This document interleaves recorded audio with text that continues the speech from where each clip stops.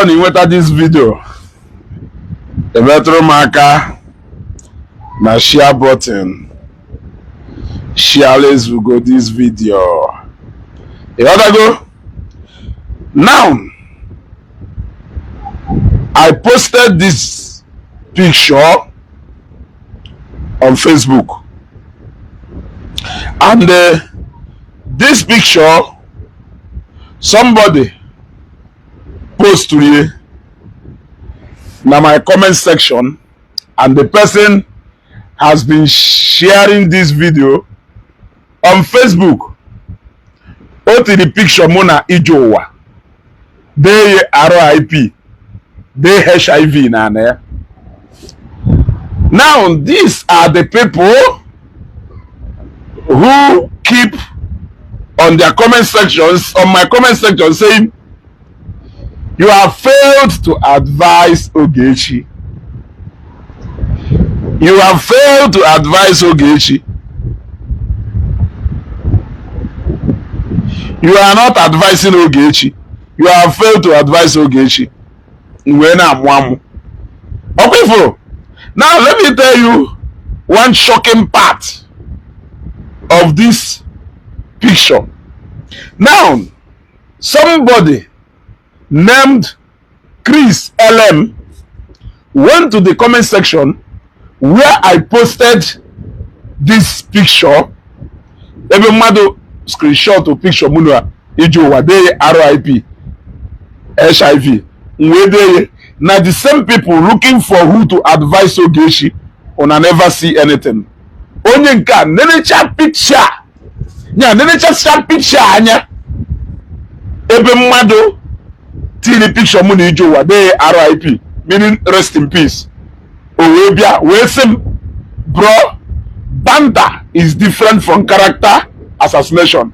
You can see the more you defend Ogechi, the more she's been drowned by the ocean. I advise you to seek for peace, but you keep escalating everything for her. Have you seen? Now, Ofekedu ka Chris LM, one day I if you may be na piaha, one day I'm on Facebook, and ask him, Ezugo Kerifem Damelu. Have you seen? Ofekedu to our Afro Ogechi na upset. They get obsessed when they hear about Ogechi's name. It is not that they are seeking for justice or anything. It is just a personal vendetta. They just want to take a pound of flesh on her. Chris LM, the next time you drop this kind of comment on my Facebook page, I will screenshot your picture na Facebook. Or question a personal banter is okay, but blackmailing, character assassination, we've had very bad. The next time you drop this kind of comment on my page, I will show you what personal banter is. I will show you what personal banter is, so that I will know how you are going to. So somebody who is reaching somebody, you call it a personal banter, but only causing madono hakogwalono, you call it a serious crime. I'm sorry for some of you. I'm very, very sorry for some of you, because some of you, your end, you are very disastrous. I'm sorry to say that. Your end, you are very, very bad and sad. I'm being honest to you. You want to go? I'm being honest to you. Just look at. They keep accusing Ogechi. He may post a one mother. He may RIP. He may look at the same thing. The same thing they are accusing Ogechi of. That is exactly what they are doing. I am going to increase the way I block you if from my page. I will keep blocking you people until I block all of you out from page. I don't need you people. Make a post. Oh no, few people who do 5 or 6 understand the language in now. So it is better, because numbers sometimes now do misleading. You see, as grievous as this picture, he did not see anything wrong with it, because no Ezugo and the name against Ezugo opesivu no na support Ogechi. All go do ni feel na justice. What stops you from condemning this one still condemning Ogechi. Have you seen why I can never I can never see reason with you people? I can never see reason with you people because I know what you people are up against. You are not even against correcting that ills. You are only against Ogechi. Let us bring her down to her knees. Not as if you care. Also, when you another person, just look at somebody Melonia Dondo RIP. You did not. Your common sense did not tell you that it is even more grievous than Ogechi. It is your sense are going on even more grievous than if Ogechi. Or it says here if Ogechi Donjo. I wonder why you will not condemn this one. If you could own a personal banter. Personal banter. So, what do you call character assassination? What do you call defamation? When you call Ogechi Akuna Chicago, and a joint table on Abakuna. Let us start with that. Equal no Wakuna Chicago. And a joint in a Chicago, Ebon Abakuna. Ajo and Gajo. Is he no one he? Or to convicted by a competent court by of jurisdiction, neither not a criminal.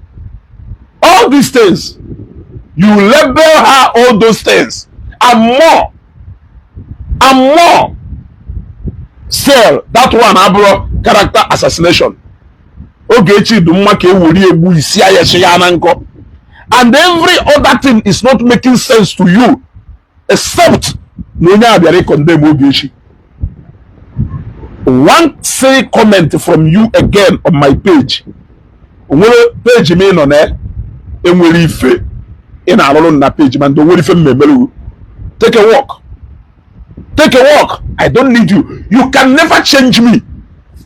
Okay, hear it from me today. You can never change me. My stand today is my stand tomorrow. No matter years ago, you are still learning to know me. You can never change my stand because I don't go back very far. I have seen the kind of flavor and you think I'm on Facebook? Look at it. They keep exposing themselves. Jena comment section. Kife behind the Zuzu Aricha, Imesha Kanda Wahife. Aqua Kamike ha. Ana agba ile ha na agba katapo pata iwo feke iwo nka iwo atoro iyanwu ihe menka okwonde show justice okwonde na assist advice Ogechi. You need advice. In fact, you need a therapist. You need a therapist. Onduru na ago ukono ya dago obromo okapa yo bi ifu nuzo kwusim kan lele ya agbada ka inene cheno se no na Facebook enyegari mkpọtụ unu na-enye umweflefu umwefe how Ogechi is your nightmare. I like the way Ogechi is I said Obumma adekwe ka ewuru mma ga n'azụ. Ogechi is a typical example of who you people are. That is the language you people understand. She speaks the same language you understand. Because he is capable of him picture mad. May RIP. Some of you who claimed no, you hide under fake account talking nonsense on Facebook. All manner of things in them on Facebook. You fight dirty, hiding under fake account. Can you the difference between good Ogechi? Ogechi they use her real account. They use fake account. Morally, you are if you think that before Ogechi no, the morally wrong. Morally, you are also wrong. Whether you are using your real account with your face or you are using a fake one. More than 10 to 5 fake accounts. What makes you different? Until the day you will tell me what makes you different from Ogechi, that is the way I will stop. The day I will stop supporting Ogechi. The day you are going to tell me what is different from you and Ogechi, that is the day I will stop supporting Ogechi. The day you will tell me why you don't need advice but Ogechi need the advice, that will be the day I will come on Facebook and start advising Ogechi. Until then, if you I wanna we be war, Don't come to my Facebook page to come and express your ignorance. I'm saying it. Don't come to my Facebook page. Just go see the lack of home training in Welu. Don't come to my home training, my Facebook page. Just go see your bitterness, your vindictiveness, and your anguish. Don't come to my Facebook. Just go see it. What I go? You think no so well? Don't worry. Ọnụ ahụ ejebe ọnụ gbara aka mobulie ọnụ ada ejebe ọnụ gbara aka agwakwana ngị ọsọ gwa gị you can never change my stand from ebe Ogechi nọ. I will rather take you away from my page. Yes, take you away from my page. Jena page ebe na gbasaga. That is where you have a place. You don't have a place in my page. You don't have a place in my page because no matter what you say ka ngwazie gị ka ịmara also kwenya wulu na Ogechi na court na judge buniri ife kuenana say I sentence you to 50 years in prison. I still support her in prison. So it doesn't say Ogechi is going to the Afro chief judge unu federal high court Aneko Kabrede Malib. Reality will soon be done on all of you. That is when you will understand. Reality will soon be done on all of you. Aneko Neko Kabrede Malib. Good, yeah, bunch of emptiness. Aneko Kabrede Malib. Onye nime hakunoku emanu kuche ha. Onye nime hakunoku emanu kuche ha. You are doing the same thing you are telling somebody to stop because you hate her. Sure, teach her how to live right with your character. Let your behavior teach her better. Let your behavior teach her better. If you want her to behave like white, approach her in a whitish way. Don't come with black, thinking that you are going to teach her what white means. It's not possible. If you are with black, you are going to meet black. If you are with white, you are going to meet white. Ogechi fit alone. You people deserve her. Today, tomorrow. I don't pity some of you. Now will me follow and move pity some of you. But so for the moon to worse than Ogechi. You are worse than that same Ogechi you are condemning. Remember, over the past few days, it go more than how many of you? And I am willing to keep doing that every minute until I single all of you out of my page. No no atum so wum weven june me here. Ono den consequential at this page. No color no pia no puna eba because you people don't belong here. E what I go? Call day to E what I go? Call day to Esugo we nyangre ko wo. E what I go? Esugo we nyangre ko wo. One time ono. Mana gogonge onwere ife emegu owa ki change my stand ebe Ogechi no ahom je park anywhere bele face nkwara akwurugo mo nkoye koyirim je name my track record na Facebook ebe nkwo ekoyiri nko isi ike aha kwaga m ka gono onye ka ewu yeju we kwaga m gono ki na emeka cha social yeju we kwaga m nwa wezugo igonu ku mu di ishe ọ dị easy yodago isi na ndị Zion gotara m it means na ụgwọ ha kwụrụ ụgwọ mmadụ enweghị ike kwuni isi na Ogechi na-akwụ m ụgwọ ma na ụgwọ Ogechi kwụ na-akwụ m ụgwọ mmadụ nọ n'uwe enweghị ike kwuni so ebe ọnwụ na ịfụrụ m nkwụ ana m akwụrụ kwụsị ike ahụ meni wee bere face ahụ nje paaki ya wụọla ha ụla n'ụtụtụ okwu ọzọ akọ ya aka n'ike n'efe okwu ọzọ chijie n'abalị okwu ọzọ I am not him. You are seeing somebody different from him here. Nkwụrụ enwere m principle enwere m policy nkwụrụ n'ife mberivu na akwụsịrị m ike so it's high time you stop crying na my page. Stop crying. You cannot stop me from posting about my late Senator Ifanyoba. If I saw one more it's your copy the note highest blocking. That is the highest answer. You want to go? So stop trying.